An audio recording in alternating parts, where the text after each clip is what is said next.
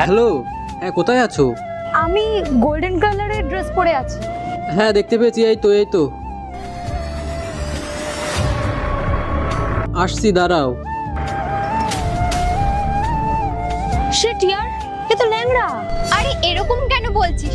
Smart লাগছে তো। আরে তুই ওর অবস্থাটা দেখেছিস? ও ল্যাংড়া, ওর সাথে আমি ডেটে যাব? আরে আসতে বল, ও সামনে বলবি নাকি? Hi.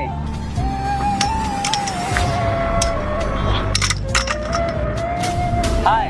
Hi Koel. By the way, একটা কথা বলবো? প্রোফাইলের থেকে না সামনাসামনি তোমাকে বেশি সুন্দর দেখতে।